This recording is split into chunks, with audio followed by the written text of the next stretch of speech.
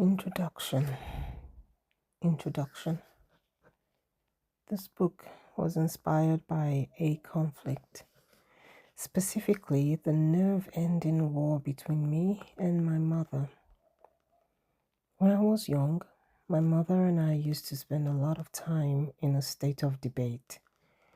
As much as I wanted to respect her wishes, I always had my own plans in my tiny little head. Her wishes and my plans were rarely the same. She would tell me to tie my shoelaces.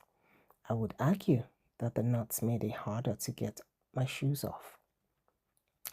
She would demand that I clean my room. I would insist that it looked better in chaos. My mother would ask me to mow the lawn, and I'll reply with a comprehensive list of all the reasons the grass looked better, tall and uncut. Round and round we'd go in a funny dance. She'd throw out a rule, I'd find a loophole and jump through it. But when all the loopholes were closed and justice was closing in, I would switch tactics. Instead of arguing, I'd find the closest open door and run. My grandmother called me Springbok for a reason. Here's a picture of a springbok. It may be the only picture you'd ever see of a springbok standing still. There was something so tantalizing about the world outside my house, the wild unknown that started just a few feet from our front door.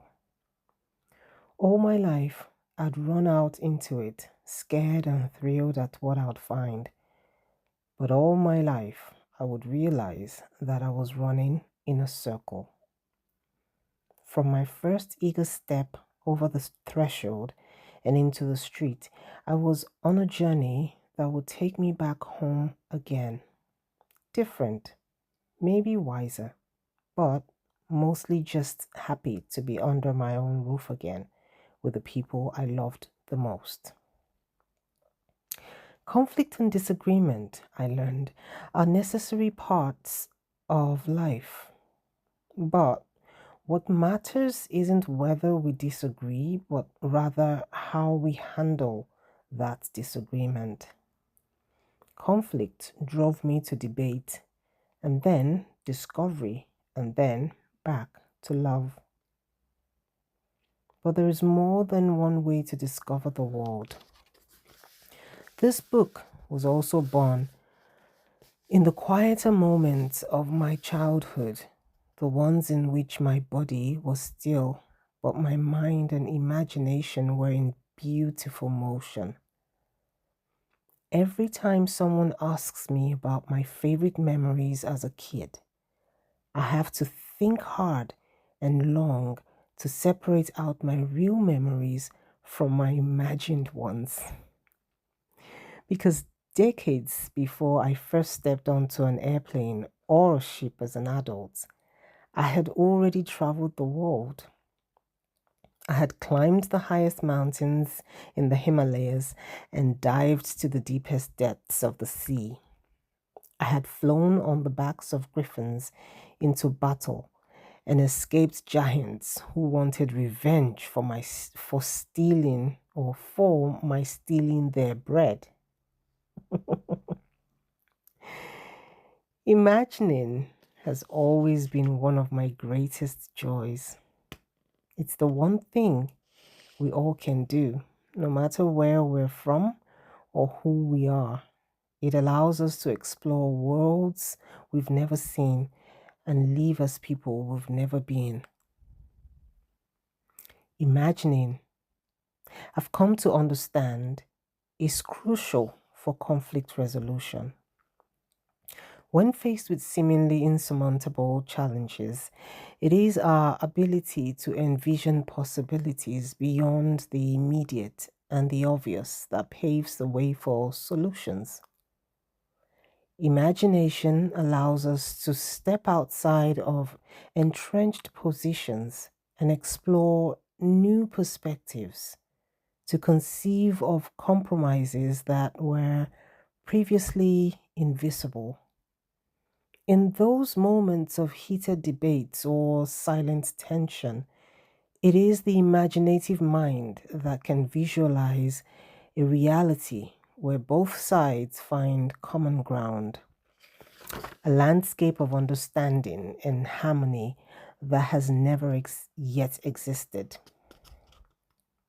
By daring to dream of what could be rather than resigning ourselves to what is, we unlock the potential for true and lasting resolution by bridging divides and forging new paths where none seemed possible. This is where books come in. If imagination is the rocket, then books are the rocket fuel. They supercharge the mind and help it see beyond what it can conceive on its own. Hmm. Before I could read for myself, my mother would read to me. Then, when I learned how to read, I would read to her.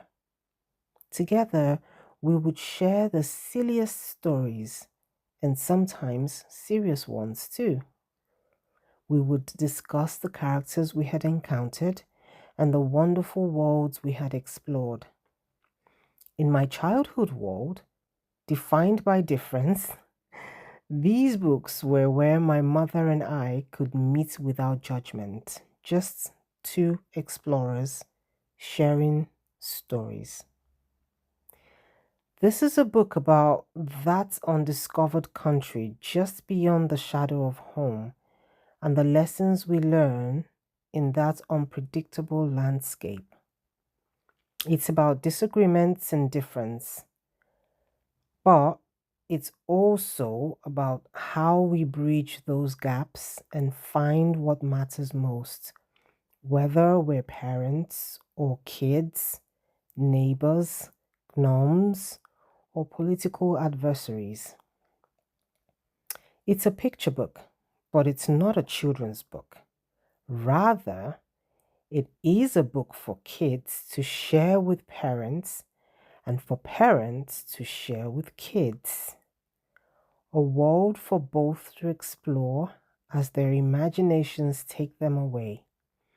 And if you're both a parent and a child, or maybe neither, you can still read it for yourself, or to a stranger, or to someone you love, or to a passing snail, and hopefully be reminded of the crowded journey into the uncut grass that we're all on together.